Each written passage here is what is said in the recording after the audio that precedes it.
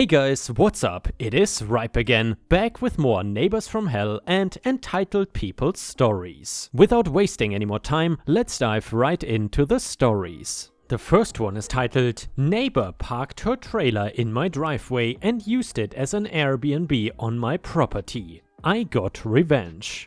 I don't mind sharing things with my neighbors. As a matter of fact, I have even shared lawnmowers and pool cleaners with neighbors before. However, we were always on a friendly basis. And even though I was already on a friendly basis with most of my neighbors I shared with, they always asked me. See, recently I dealt with a neighbor who basically turned my property into an Airbnb. It's hard to explain the layout of our neighborhood, but my property is surrounded by other properties and houses, and all of the tenants are related. I currently live in Indonesia. I travel around the world for work, have lived in some pretty cool places, and with the way the layout of the neighborhood/properties are, my driveway runs through a trailer in front of me and a house plus trailer besides me. The matriarch or mom of the family lives in the trailer beside me, and her children are tenants in the other properties.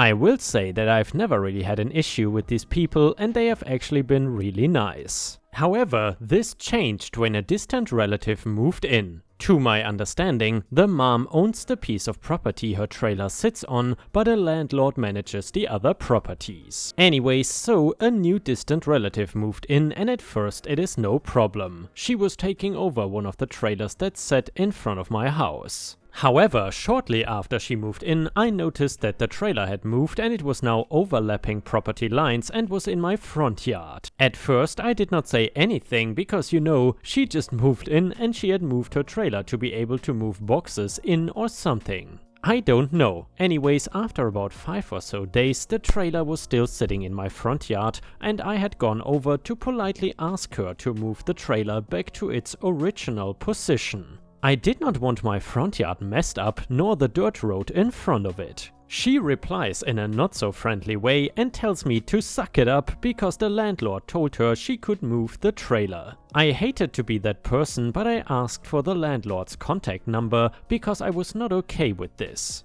If the landlord thought that part of my yard was overlapping with their property lines, well, then this was something that we needed to figure out. I did not want someone's trailer nor anything on my front lawn.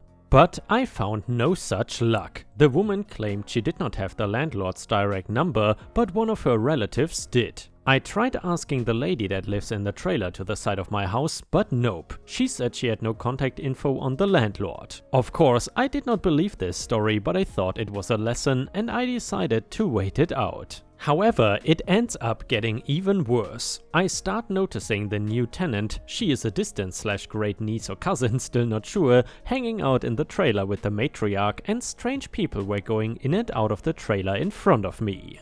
One day when I was out in my front yard with my dog, I saw some people pull up. They must have seen me because of one of the people in the car waved at me. When they got out, I asked if I could help them, but then I saw that they had suitcases and luggages with them. They told me they were the Airbnb guests for the trailer. What? You mean the trailer that was parked on my property? I was so furious and I could not even be mad at them since it was not their fault. So I produced a terrific revenge plan because it was clear that I was not going to contact the landlord anytime soon. So a few days later, after I noticed the Airbnb tenants were gone, I went over and asked the woman if she could move her trailer for the weekend because I was going to have my brother help me bring in some new furniture and he would have to park in front of my yard where her trailer was. She did not say much, but she did roll her eyes at me, so I knew she was not happy. To my surprise, she actually moved her trailer. I had my brother come over and make it look like we were moving stuff around, getting rid of old furniture, etc. But we were actually digging holes in my front yard. The plan was that I knew she would move her trailer back and the wheels would get stuck and she would have to either call an emergency tow or some other emergency service. And my plan worked perfectly. The lady, and what I assumed was the mother of the family, was absolutely pissed. They actually ended up calling the police on me, saying that I set them up and I should be responsible for the damage to the trailer. However, it worked out in my favor because the police said that there was nothing they could do because the holes were in fact dug on my property, so they were at fault for driving onto my property. My plan worked a little too well because all of them moved away. Another tenant moved in shortly after, but I have enjoyed the peace and quiet. There is no Airbnbs being set up anymore. And yeah, Ripe Stars, what would you do if your neighbor tried to turn your property into an Airbnb essentially? Let us know in the comments, and while you're at it, I would also really appreciate it if you could subscribe to the channel if you haven't already, because we are getting closer and closer to 70,000 subscribers. Thank you so much in advance. The next one is titled, I guess I cannot park here legally. So I recently started working at an adult foster home. For those of you that don't know, it's basically a big house where people with mental disabilities live as normal and independent of a life as possible. We are located on a normal street with neighbors. I have been parking across the street since it's close and easy. The third day parking there, yesterday, we get a call from the lady across the street, mad that I am parked legally on the street in front of her house because if the street sweepers come, they won't be able to sweep there. My boss came to me and explained the situation and just nicely asked me to move my car. Just because she asked nicely, I decided to move my car, but did talk to my mom about the situation later that day. We both agreed that it was not okay for that to happen. Today I had a CPR class to attend and without thinking about it, parked in the same spot. Within 3 minutes of being inside, she was on the phone again. My boss again talked to me, explaining that while it was legal, our company wants us to maintain a positive relationship with our neighbors. I was annoyed and asked her if I had to, and again she asked nicely, so I went out to move it. As I was unlocking my car, Karen comes outside and starts telling me how disrespectful I am. I tried to explain just to her that it was legal and that I was about to move it, and she said she could not hear me due to hearing loss. So I moved closer to speak with her but would not step on her property. She came down the driveway telling me how stupid I was and how since she paid taxes her property goes all the way to the middle of the street. Unless I'm crazy, I'm pretty sure that's not how that works. She claimed that I did not pay taxes, said her husband was disabled and that if she had guests over they needed to park there, and all these were reasons that I was not allowed to park there. When she threatened to call my bosses while I knew that probably would not go anywhere, I still wanted to cover my butt, so I called the police department to make sure there was a record of the situation and her behavior. Made it clear that I did not want anything done, just a record, but the officer was not having it. She said that despite whatever our situation was, Karen could not be harassing people for parking on the street. Not sure what exactly happened after that, but the officer confirmed what house it was and said she would go speak to the lady. Needless to say, I'm probably going to continue to park there just to let this lady know she cannot treat people like that. The next one is titled, I screwed over my ex. This was quite a long time ago. I was in my early 20s and had just gotten out of relationship. The separation was not exactly a pretty one. We had lived together and I was beyond ready to move out and never speak to him again. There was just one problem. We were only 5 months into a 1-year lease at our duplex. We had a 2-bedroom duplex, but I did not want to ride it out because, as I said, messy breakup, tons of tension, so I moved in with a friend. Soon after, I called my landlord and explained the situation to see if anything could be done. After the call, I brought the options to my ex. Number 1, find someone to take over my portion of the lease for the remaining months. He refused to do that and said he would not find someone to take my portion. B. Breaking the lease. I felt like this would have been a good option because he had a ton of family who would have easily taken him in. He refused this option as well and said he was not making me move out. I chose to, so I can deal with the consequences of my actions. He just refused to compromise with me at all. I had friends and family recommend I just don't pay rent at all, but I did not want to screw myself with an eviction on my rental history just to spite him. At this point I realized there was nothing I could do. I sucked it up and pretty much just accepted the fact that I was going to have to make 7 months worth of rent payments for a place I was no longer living at. So that is what I did. However, a few months later I was hanging out with a friend of mine. He was a friend of both my ex and I. He decided to let me know that my ex very recently had 5 people move into our apartment. 3 of them were unemployed and staying there rent-free. The other 2 had jobs and were each paying 1/3 of his portion of the rent. Not gonna lie, if they would have covered my entire portion or even just part of it, I most likely would have let it go. The fact that he found people to live there after he told me he wouldn't, to keep me on the lease, and was cutting the cost of his own rent while making me pay my full portion for a place I no longer lived at, brought me to a level of anger I did not even know existed. I decided that if he wanted to continue to screw me over, then I was going to screw him over too. The next day I made a call to my landlord and told him everything. He immediately contacted my ex, made him pay a fine, and told him that each and every one of the tenants needed to apply to be on the lease. All of them applied, none of them got approved, so they were all kicked out. He had to continue to pay his portion for the remaining months of the lease. Pretty sure he never found out it was me who ratted him out. And the next one is titled Netflix Revenge. I absolutely despise my in-laws. They are money-grabbing monsters. Long story short, they nearly made my wife, children and I homeless a few years ago because of their own greed and see no issues with it. Anyway, I come home after work and wife has had a rubbish day, so I order a takeaway and we settle for a night of binge-watching TV. Then I see that my in-laws have profiles on our Netflix. I don't even mention it, but I am fuming. Those thieving little rats cannot even cough up a few dollars a month for Netflix. I talk to my friend about it, he laughs, I rage more. So I set their profiles and kids' profiles, and they cannot watch anything with a higher rating than you. I also set a password on our profile so they cannot go into the settings to change it. I am loving it, swaggering around thinking I'm a champ, showing off my pettiness to the guys at work, telling everyone and anyone who would listen.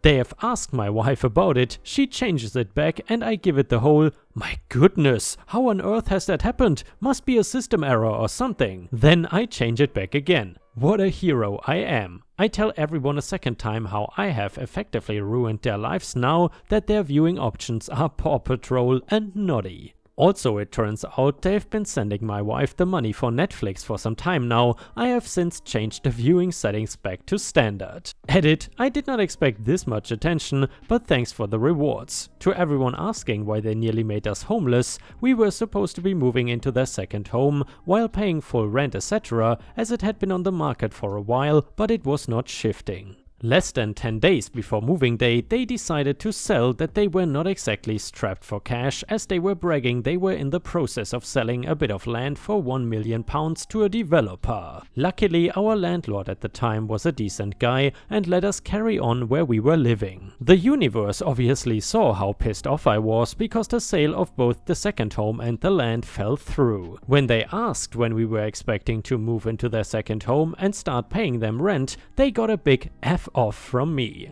On the point that my wife should communicate better, such a petty comment. I love it. The next one is titled Builder's Revenge. I work alone in a small office in a public building that is undergoing some renovations while it is closed to the public. There is an office space in front of my office that is usually unoccupied. Think of an office space with a manager's office attached at the end. I just rent the manager's office. Building managers were supposed to notify us if they ever intended to rent out the space in front of my office so we could build a temporary wall or something. So I did not need to walk through someone else's office to get to mine. But I guess they thought that they did not need to do this because the builders are only there temporarily. So now the space is occupied by the site office for construction. I am slightly annoyed at the building management for not notifying me of this, but I am way more annoyed at the builders because the space has turned into a dumping ground. To get to my office, I have to walk past light fixtures, tool bags, random chairs in the walkway, and a toilet bowl. And I have to listen to builders talking crap while 12 of them sit in a room fit for 5 having lunch. It is like a teenager's bedroom, but instead of clothes and stale socks, the floor is covered in building materials and tools. I asked them to keep it clear as it is the walkway to my office and not a storeroom. And they say sure, but basically roll their eyes at me and do nothing. So I took some pictures of the mess and reported it to the building management, and 1 week later they tidied up slightly and gave me a sassy, "Ah, we cleaned up a bit around here for your mate, no need to thank us," as I walked in that morning. A few days later and it was almost worse than it was before, to the point that I could not leave my office without moving 4 boxes of supplies out from directly in front of the door yesterday. I also hear them whispering about how I am such a bad person and a stuck-up public servant. I'm private sector, but whatever. Cut to today, I go to step out to get a coffee, and before I open the door, I look through the window of the door to see someone's half-eaten spaghetti sitting on the floor right in front of the doorway. I lose my composure for a moment and say F it, open the door and trip on the bowl of spaghetti, causing it to spray all over the room and the 2 builders in the room. Spaghetti gets on everything, sauce on their computers, noodles in the bloody toilet bowl, it's in the carpet and most impressively all over the builders. They start to shout at me, but I get just as mad saying, "Who the hell puts a bowl of spaghetti on the floor in front of a door?" I kind of snapped at this point and started lambasting them, which is very out of character for me. I told them this is an office and not a storeroom, and you are worse than my teenage nephew, and told them to clean their stuff up or I will start kicking everything aside that's in the path, delicate or not. They sheepishly say yes and I go get my coffee. When I return, no one is in the office and the mess is still on everything. I think they wiped the laptops down, but I don't care at this point and retreat into my office and focus on work. Fast forward a few hours and I get an email from the building management. I crack a huge smile as I read an email basically saying, "The builders reported your conduct and had us come inspect the damage. However, we noticed the unacceptable amount of mess in the office space had not been cleared up from the last time we asked them to, and they admitted the food was placed on the floor in front of the doorway. So we expect them to clean up the mess, pay for cleaning, and place no blame on you in this case. If the mess comes back, call us directly as they are on their last warning from a few other incidents in the building." It was a longer and more official email, but you get the point. So now I am occasionally looking through the window on the door while builders crawl around on their hands and knees scrubbing spaghetti out of the carpet. I'm not proud of losing my cool and handling things the way I did, but I won't deny that it worked and it felt really good. Yeah guys, today Disney is once again helping me record and create YouTube content. She's such a good cat, right Disney? Boop boop, boop boop. Oh. Usually nowadays she also likes it when I put the blanket in her box. I guess because then it's like smaller and more cozy for her. So yeah, she likes that a lot. Can hear her purr.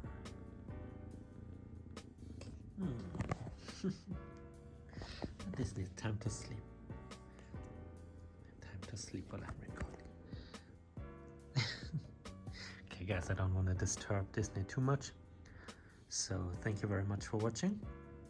And I will see you again tomorrow.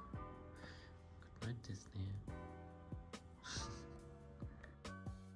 And ripe stars, with this we have reached the end of the video. However, if you still cannot get enough of my content, then I would highly suggest to check out my endless binge watch playlist, which will soon show up in the left corner of the screen. In addition, I would really appreciate it if you could not only subscribe to the channel, but also turn on the bell notifications, which you can do by clicking on the little bell icon right next to the subscribe button. This will help my channel tremendously, and this will make sure that you don't miss any of my videos. Furthermore, if you want to see additional ripe content that I don't post on YouTube, then I would suggest to head on over to patreon.com/ripeyoutube for more than 50 exclusive videos that you will not see anywhere else. Thank you so much for your amazing daily support, and I hope to see you again tomorrow.